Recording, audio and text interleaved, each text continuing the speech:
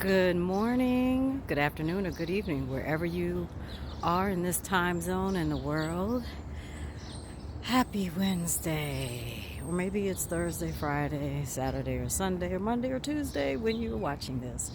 Wherever you are in your universe, I am sending you love and light.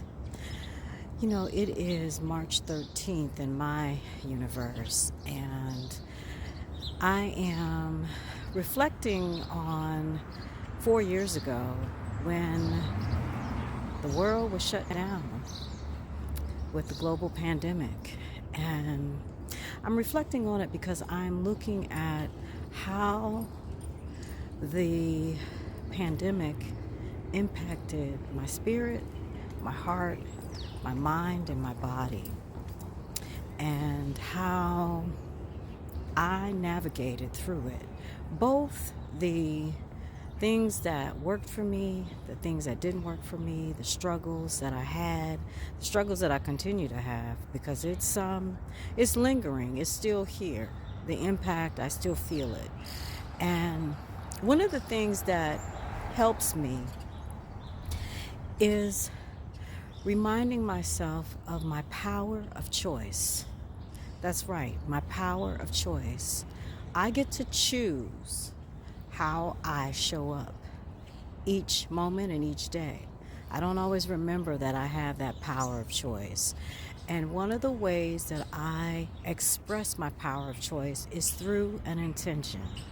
And so today, my intention is to be a happier me.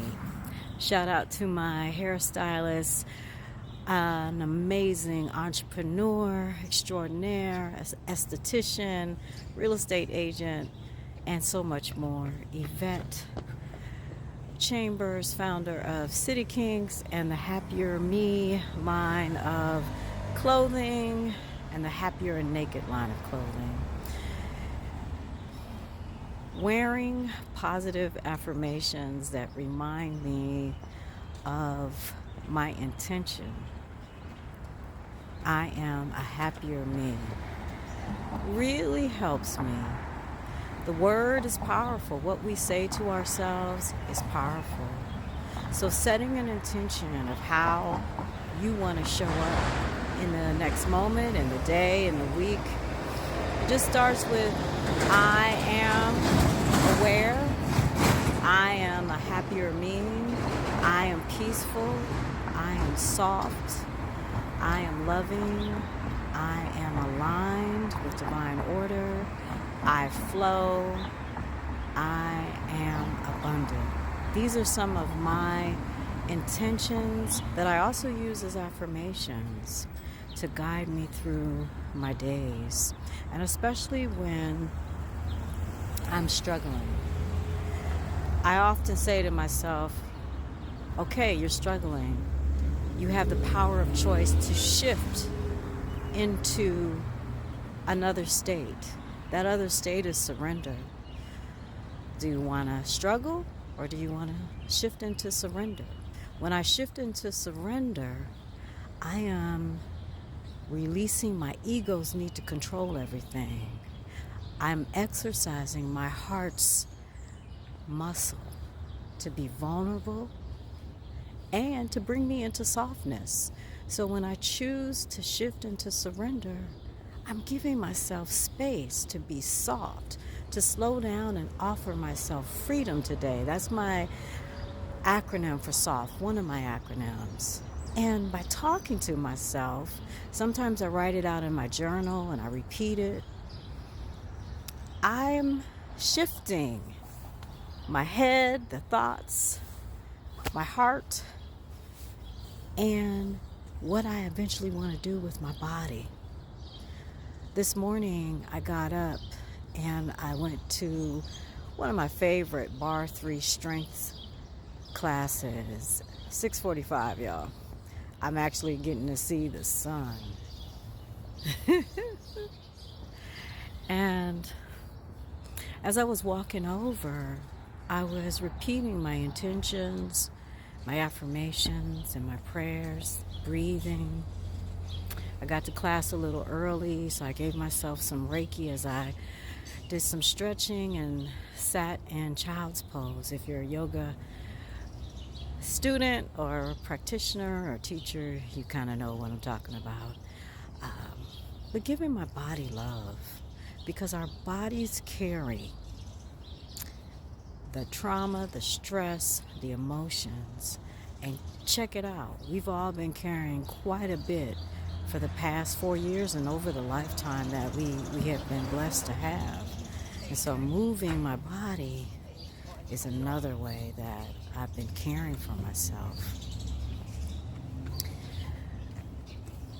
The other thing I wanted to talk about is how self-care is a beautiful way, a beautiful gift, a birthright that we can claim and give ourselves to navigate the death, the loss, and the grief that we've experienced in our lives over the past 4 years.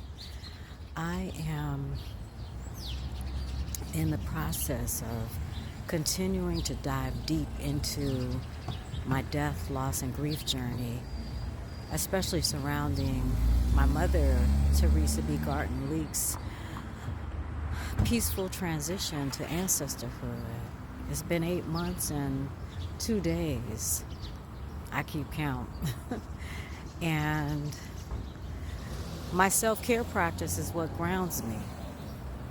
My self-care practice is what gives me grace. My self-care practice is what anchors me as I grow through this messy, hard, magical period of time, this journey that I didn't volunteer for, I didn't want. This journey of reestablishing a relationship with my mother at the ancestral level.